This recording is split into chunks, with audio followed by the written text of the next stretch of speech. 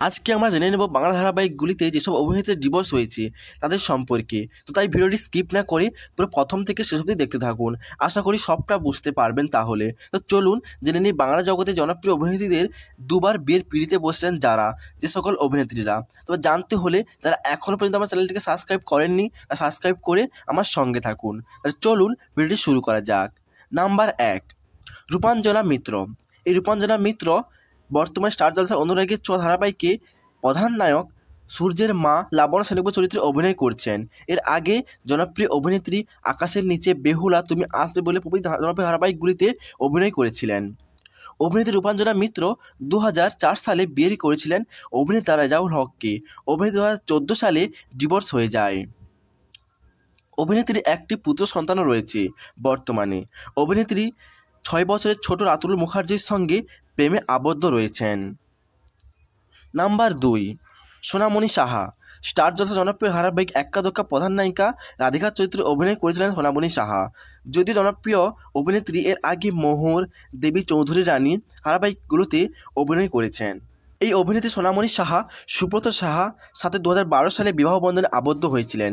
কিন্তু 2019 সালে মোহর ধারাবাহিকে অভিনয় করার সময় অভিনেত্রী সোনামণি সাহার সাথে অভিনেত্রীর স্বামী সুব্রত রায়ের ডিভোর্স হয়ে যায়। বর্তমানে সোনামণি সাহা মোহর ধারাবাহিকে প্রতীক সেনের সাথে প্রেমের সম্পর্কে আবদ্ধ রয়েছেন। নাম্বার 3, নবনীতা দে। বর্তমানে স্টার জলসা জনপ্রিয় ধারাবাহিক তোমাদের রানীর প্রধান নায়ক দুর্জয়ের মা অর্থাৎ শুক্লার চরিত্রে যিনি অভিনয় করছেন। এর আগে এই জনপ্রিয় অভিনেত্রী রাঙা বউ, এই পথ যদি না শেষ হয় প্রভৃতি জনপ্রিয় ধারাবাহিকগুলিতে অভিনয় করেছেন।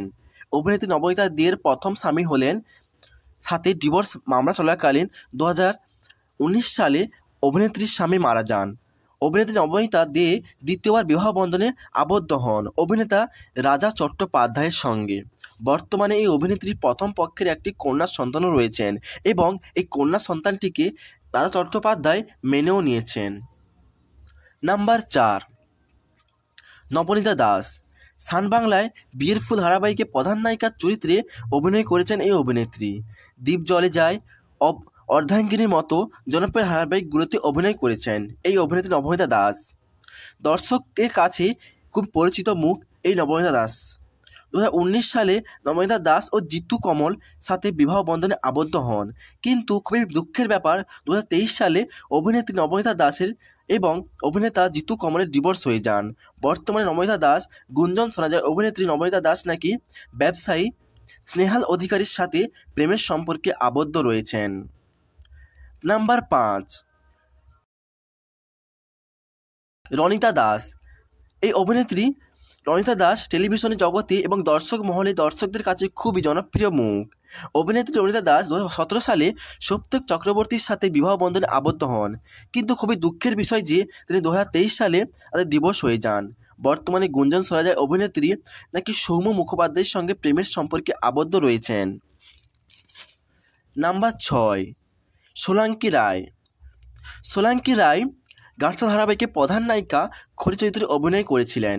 জনপ্রিয় অভিনেত্রী ইচ্ছে নদী মতো বাংলা ধারাবাহিকগুলোতে অভিনয় করেছিলেন। বর্তমানে অভিনেত্রী সিনেমা এবং ওয়েব সিরিজগুলোতেও কাজ করেছেন। অভিনেত্রী 5 ফেব্রুয়ারি 2016 সালে ব্যবসায়ী সাক্ষ্য বসুর সাথে বিবাহ বন্ধনে আবদ্ধ হন। কিন্তু 2022 সালে অভিনেত্রী ডিভোর্স হয়ে যান। খুবই দুঃখের বিষয়।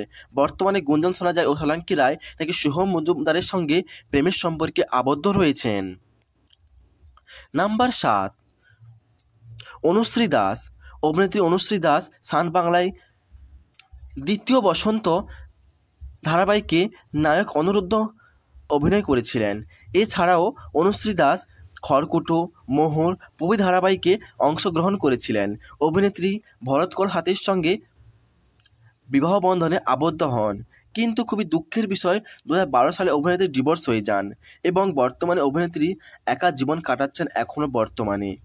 নাম্বার 8, মধুমিতা সরকার। এই অভিনেত্রী দর্শকদের কাছে খুবই পরিচিত এবং খুবই কাছের মুখ বললেই চলে। এই অভিনেত্রী জনপ্রিয় ধারাবাহিক বোঝেনা সে বোঝেনা স্টার জলসায় প্রধান নায়িকা পাখির চরিত্রে অভিনয় করেছিলেন। এই অভিনেত্রী 2015 সালে জুলাই মাসে সৌরভ চক্রবর্তীর সাথে বিবাহ বন্ধনে আবদ্ধ হন। কিন্তু 2019 সালে এই অভিনেত্রী ডিভোর্স হয়ে যায়। বর্তমানে এই অভিনেত্রী বাংলা সিনেমা ওয়েব সিরিজেও কাজ করেছেন। নাম্বার 9, তিয়াশা লেপচা।